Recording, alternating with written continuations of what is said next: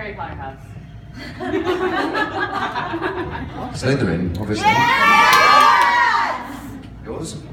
He doesn't know. He's never read. He can't read. He's illiterate. Someone told me was it you that told me I was like a Hufflepuff? Yeah, fuck that. No books written about that. Offended. Don't you have to put the hat on? Like, you don't get to choose yourself, There's a right? website for it. Is it? Okay, well I'll go online and I'll check that out. You're a Ravenclaw. Is it a Ravenclaw? What are the French ones called that come in? Yeah, they're from the exchange school. The Baudelaires or whatever. Yeah, that's what Beauxbatons, okay. Sorry. I don't know. You tell me. I think I did the test years I think ago. we decided Roland was a Hufflepuff. Okay. We I don't know what that means, We're but- not hypothesis. We wanted to see if we were right. I think we were. Well, I'll take the test and we'll see. Okay. Alright. Next question. Dead center. What are you looking forward to most now that your tour's ending? A bath. And my own bed. Going back on tour. That's it. There you go. Recording album 2. Probably, yeah, album 2's gonna be sick. Yep. Studio. Next question. Dead center. Are you excited to be leaving? No, I'm not leaving. I'm staying around. I mean it. We're gonna be here for a bit. No, we're staying around for a bit. Are you recording anything else? We don't know yet. We're looking. We're deciding. I just gave some pizza to the microphone. Yeah, we're deciding. Cool. Next question. In the back. What's your favorite song on the album and why? My favourite song is You Can't Rely, because it was the last song we wrote on the album. Oh, are we alright there? It was the last song we wrote. It was like we were actually recorded 8 of the tracks, and it wasn't fully written, so it was kind of like a big rush at the end. We all got together. It was a good process. It was fun, and it's great to play live. Yeah, You Can't Rely for me too. Pretty much the same reasons. If I can elaborate on it, I guess the first album was it was written in sort of relative isolation. So this was one of the songs that we kind of all got together on, sat down. Had a bit of a good time, worked through some lyrics, worked through some crazy ideas, and thus the song was born. You know what, James? Yeah, sorry. Mine's Addiction. It's a fun one for me to play. I enjoy it a lot. Mine's actually Addiction as well. Just big, stompy, loud, and yeah, nice. Yeah, mine's Addiction. It's a powerful story, and yeah, big tunes. Another track. That front. What keeps you guys going? What keeps us going? As in on the road? No, like when you're out. What is the drive to keep doing what we're doing? I guess love for what we're doing at the end of the day is what kind of keeps us going. Like, just being able to do what you love and being able to do it on a day-to-day basis and not having to fit it around other shit is more than I think any of us could ask for. I think that's what keeps me going. Yeah. There's one in the back. Would you guys ever live in the same house together again? No. We probably go on in a line of houses. Probably would be the best approach to it. If we all were neighbours, I think. We need to buy a whole street, Counterfeit Street. I think would be. Yeah, right. Yeah. Another question. What's it like meeting the fans, and do you have like a crazy fan story? Yes, lots.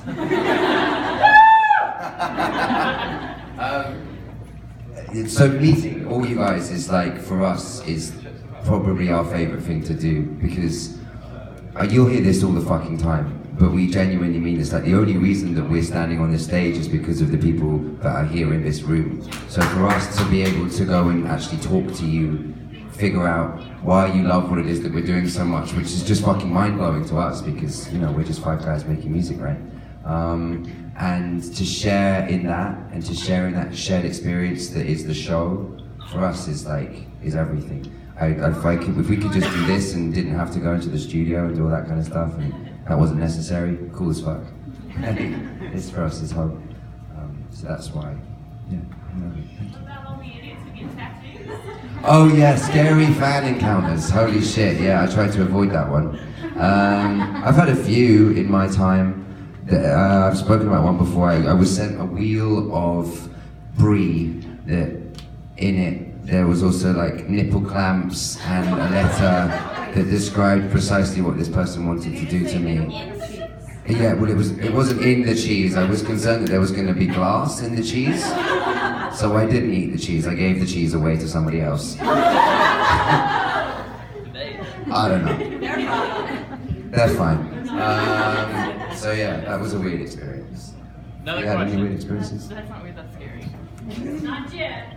You guys had your first tour here in the US. Are you guys gonna have it again next year?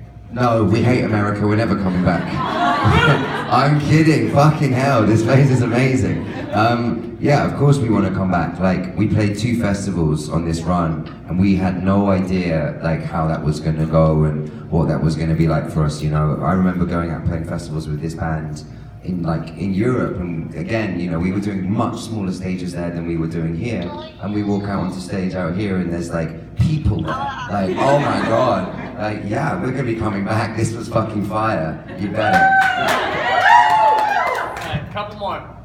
I have a silly question. Did you guys watch the wedding today? No, do you wanna know why? Because we don't give a fuck. Couple more. Who got married? For those of you that were in Darling Buds before, what made you want to change your sound to Counterfeit? I'll say that, yeah. So Jamie had been writing those songs for like since he was like 14, I'm sure, if not before. There's songs that he'd had and had been doing, and when I joined the band, you know, we would just like tinkered them. They'd pretty much already been written, and we were gigging and traveling around and having a really good time. I mean, I guess we were earning our wings as such, like touring for the first time.